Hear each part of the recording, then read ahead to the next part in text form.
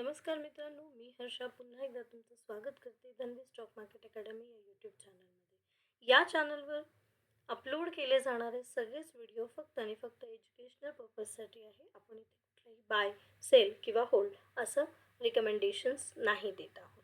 आणि जर तुम्हाला ट्रेडिंग किंवा इन्व्हेस्टमेंट करायची असेल तर एखाद्या एक्सपर्ट्सचा सल्ला घेणं खूप आवश्यक आहे. चला तर मग आपण वळूया आजच्या आपल्या व्हिडिओकडे. आजच्या व्हिडिओमध्ये आपण सगळ्यात आधी आज निफ्टी कसा ट्रेड करत होता किंवा निफ्टीची आज मुवमेंट कशी होती प्लस बँक निफ्टीची मुवमेंट कशी होती या गोष्टीबद्दल आपण जाणून घेणार आहोतच. पण त्याआधी थोडंसं एफ आय आय डेटाजकडे वळूयात. सगळ्यात पहिले आपण एफ आय आय डेटाजकडे जातोय आणि okay. So F I S data जर तुम्ही बघितला तर आज एफ आय आय आणि D I data. F I आयने आज मार्केटमध्ये जवळजवळ 3,000 करोडची आपल्याला एफ आय आय अजूनही सेल बटनच प्रेस करताना दिसते. 3,000 करोडची त्यांनी आजही सेलिंग आपल्याला ते करताना दिसले. आणि त्याच्या अगेन्स्ट जर आपण डी आय आय पाहिलं तर कॅश मार्केटमध्ये डी आय एसने 1,854 करोडची आपल्याला ती बाईंग करताना दिसल्या. या पद्धतीने आजही एफ आय एस जे होते मार्केटमध्ये आपण अगदी ऑक्टोबर पूर्ण मंथ जरी तुम्ही डेटा काढला F I S D I S data तर तुम्हाला लक्षात येईल की याच्यामध्ये काय आहे की एफ आय एस बऱ्याच दिवसांपासून एफ आय एसने सेल बटन प्रेस केलं किंवा इंडियन मार्केटमध्ये ते कंटिन्युअसली सेलिंग करत आहे. आणि हे सेलिंग का होतं याचे इम्पॅक्ट कसे आहेत, याचे कुठले फॅक्टर्स आहेत, कुठलं कारणं आहेत जे एफ आय एस आपल्या मार्केटमध्ये सेलिंग करता याचा एक सेपरेट व्हिडिओ मी अपलोड केलेला आहे आपल्या चॅनलवर. तुम्ही सबस्क्राईब केलं असेल तर तुम्हाला नक्कीच त्याचं नोटिफिकेशन आलं असेल. खूप आधी मी हा व्हिडिओ अपलोड केला होता. जर तुम्हाला तो व्हिडिओ बघायचा असेल डिस्क्रिप्शन बॉक्समध्ये सुद्धा दिलेला आहे त्या व्हिडिओचे लिंक. प्लस तुम्हाला तुमच्या स्क्रीनवर वरच्या बाजूला सुद्धा ते दिसतो आहे, तर तिथे क्लिक करून सुद्धा तुम्ही तो व्हिडिओ बघू शकता. चला आपण पुढे जाऊयात. आजचा ऑप्शन चेन डेटासुद्धा बघून घेऊयात. तो निफ्टीचा जर ऑप्शन चेन मी आत्ता जस्ट बघितला तर आपल्या लक्षात येईल की जो टोटल ओ आय आहे तर कॉल साईडला जी रायटिंग आहे, कॉल रायटिंग जी आहे ती जास्त प्रमाणात होताना दिसते as compare to put writing. जर तुम्ही ओ आय डेटा नीट चेक केलात तर तुमच्या लक्षात येईल की ही एक लेवल आहे 24,500. याला सुद्धा कॉल रायटिंग ही खूप जास्त प्रमाणात होताना दिसते. त्यानंतर 24,200 ही जी लेवल आहे एक महत्त्वाची लेवल ठरू शकते, बिकॉज या लेवलला कॉल रायटिंग ही खूप जास्त प्रमाणात होताना दिसते. त्याच्या अगेन्स्ट त्याच स्ट्राईक प्राईजला तुम्हाला पुट रायटिंग ही कमी होताना दिसते. या काही इम्पॉर्टन्स लेवल आहे. आणि त्यात एक 24,200ची तर लेवल आहेच, त्याचप्रमाणे तुम्ही नीट निरखून पाहिलं तर 24,150 ही लेवल एक की लेवल ठरू शकते काही उद्याच्या ट्रेडिंग सेशनमध्ये, बिकॉज इथे सुद्धा कॉल रायटिंग ही आपल्याला जास्त प्रमाणात होताना दिसते. त्याचप्रमाणे जर पुट रायटिंग पाहिलीत तर पुट रायटिंग आपल्याला 23,800 या लेवलला सगळ्यात जास्त पुट रायटिंग होताना आपल्याला दिसते. त्याचप्रमाणे अगदी आपण थोडं अजून डाऊन ट्रेंड किंवा खालच्या बाजूच्या लेवल्स जर चेक केला तर 23,500ला सुद्धा पुट रायटिंग ही जास्त प्रमाणात होताना दिसते. या पद्धतीने आपण पाहिलं आता ऑप्शन चेनचा डेटा. Okay, O I data for the Nifty. आता थोडंसं बँक निफ्टीकडे वळूयात.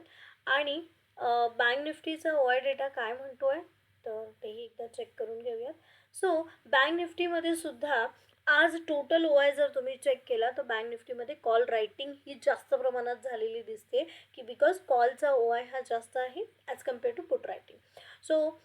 अगदी लेवल्स चेक करायचं म्हटलं तर 52,000 ही बऱ्याच दिवसापासूनची एक आपण त्याला सायकोलॉजिकल लेवलसुद्धा म्हणू शकतो. या लेवलला कंटिन्युअसली आपल्याला कॉल रायटिंग होताना दिसते आणि त्यामुळे हा एक रेझिस्टन्स म्हणून आपण याला कन्सिडर करतोय. त्याच्या खालोखाल जर तुम्ही पाहिलं तर 52,500ला सुद्धा कॉल रायटिंग आहे. ह्या पुढच्या लेवल झाल्या. ओके, 52,000 त्यानंतर 53,000. पण आत्ताचं जे काही बँक निफ्टी आहे 51,000 150च्या आसपास आज आपल्याला बँक निफ्टीची क्लोजिंग बघायला मिळाली आहे. आपण जर तिथे पाहिलं तर आपल्याला ही जी 51,500ची लेवल आहे ही सुद्धा एक की लेवल आहे किंवा इथे तुम्हाला कॉल रायटिंग सगळ्यात जास्त प्रमाणात झालेली दिसते आणि 51,000 ही जी लेवल आहे इथे पुट रायटिंग सगळ्यात जास्त होताना दिसतोय. सो या सगळ्या डेटाचा चार्टवर कसा इम्पॅक्ट आहे किंवा आपण चार्टवर ते कसं अनुभवू शकतो त्यासाठी आपण डिरेक्टली जाऊया चार्ट्सवर. आता आज जे आहे निफ्टीने एक गॅप अप दिला होता, एक गॅप अप ओपनिंग दिली होती आणि जर तुम्हाला गॅप थेअरी माहिती असेल तर आजचा जो गॅप अप होता हा एक कॉमन गॅप होता. ओके, सो तो फार इव्हेंटफुल असेल, म्हणजे इव्हेंटफुल नव्हता खरं तर, म्हणजे तो गॅप फील होणार हे कन्फर्म होतं.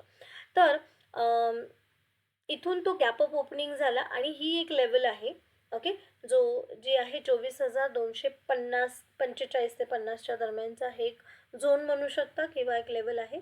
तिथपर्यंतच त्याने हाय गाठला आहे आणि तिथून तो एक डाऊनफॉल आला आणि जवळजवळ आपल्याला 24,156 160 ते 150च्या दरम्यान आपल्याला पुन्हा सेलर जे आहे ते ॲक्टिवेट होताना दिसले. बिकॉज इथे थोडीशी पुन्हा बायर ॲक्टिवेट होताना दिसले होते आणि याच लेवलच्या आसपास, ओके, 24,200च्या आसपास जे आपण डेटामध्ये सुद्धा पाहिलं आहे की तिथे केवढ्या जास्त प्रमाणात कॉल रायटिंग आपल्याला त्या पर्टिक्युलर स्ट्राईक प्राईजला होताना दिसले आणि तिथे पुन्हा आपल्याला सेलर ॲक्टिवेट होताना दिसले.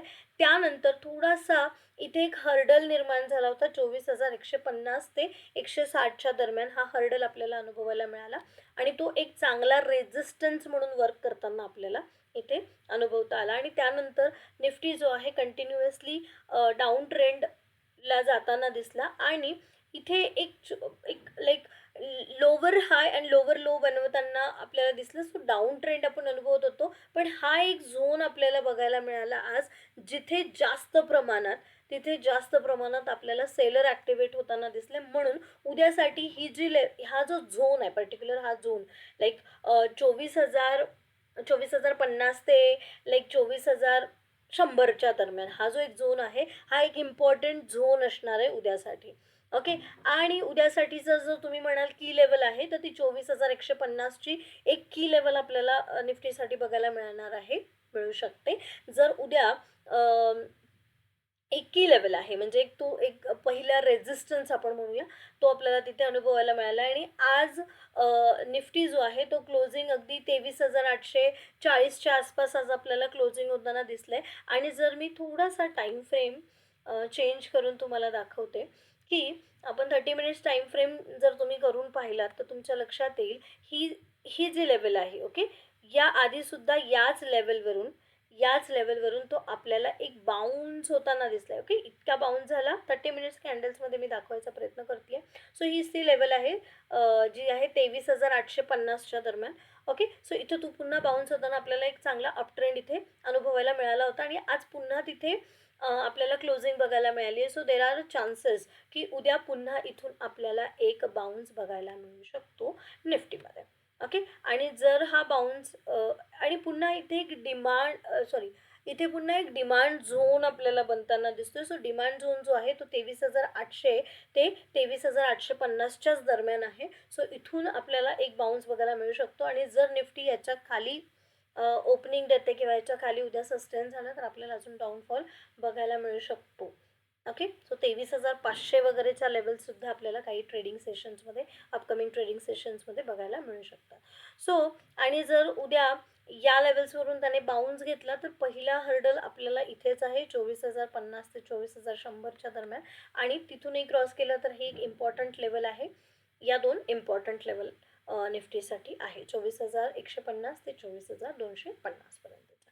आता थोडंसं बँक निफ्टीकडे बघूया. बँक निफ्टीने सुद्धा सेम पॅटर्न फॉलो करताना दिसला की त्याने एक गॅप अप ओपनिंग दिली होती आणि तो एक खाली एक पहिल्या काही अर्ध्या तासामध्ये तुम्हाला एक डाऊनफॉल बघायला मिळाला बँक निफ्टीमध्ये. पण कालची जी ही लेवल होती ही सिक्युअर्ड लेवल राहिली त्याच्यासाठी 51,770च्या आसपास.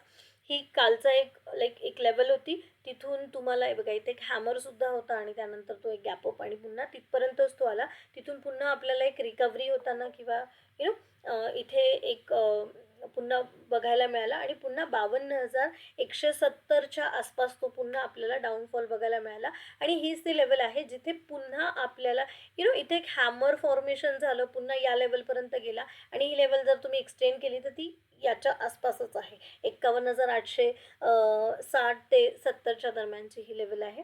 सो ही एक लेवल आहे जी उद्यासाठी एक की लेवल ठरू शकते. उद्यासाठी 51,860ची की लेवल आहे. तिथे एक पुन्हा आपल्याला खूप जास्त प्रमाणात सेलर ॲक्टिवेट होताना दिसले. आणि ही लेवल जिथे एक हॅमर बनला होता. सो या ठिकाणी ही जी एक भली मोठी कॅन्डल बनली आहे, म्हणजे 51,600 ते 51,000 लाईक 475 या दरम्यान एक पुन्हा डिमांड झोन किंवा आपण त्याला म्हणू शकतो की निर्णायक झोन आहे तो. त्याच्या खाली आणि त्याच्यावरती सस्टेन होणं खूप गरजेचं आहे. सो इथे एक जास्त प्रमाणात सेलर ॲक्टिवेट होताना दिसलाय, म्हणून आपण याला एक सप्लाय झोन म्हणून बघतोय. आणि तिथून बँक निफ्टी जो आहे हा या झोनच्या खालीच आलेला आहे. आणि उद्याचे या महत्त्वाच्या लेवल्स असणार आहे 51,200. आणि उद्या जर बँक निफ्टी 51,200च्या खाली सस्टेन होताना दिसली तर आपल्याला डिरेक्टली 50,880ची लेवल पण सुद्धा अनुभवायला मिळू शकते, बघायला मिळू शकते.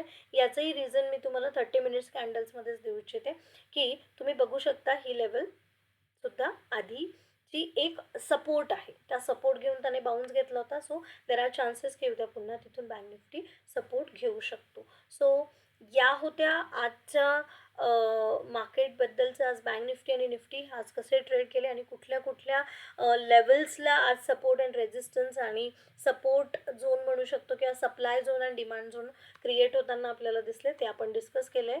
आणि तुम्हाला आजचा तुमचा ट्रेडिंग डे कसा होता तुम्ही कमेंट बॉक्समध्ये कमेंट करून मला सांगू शकता. आणि या ज्या लेवल्स आहेत या लेवल्स तुम्ही ज्या कॅल्क्युलेट केलेल्या लेवल्स आहेत त्या मॅच करताय का तेही तुम्ही कमेंट बॉक्समध्ये सांगू शकता.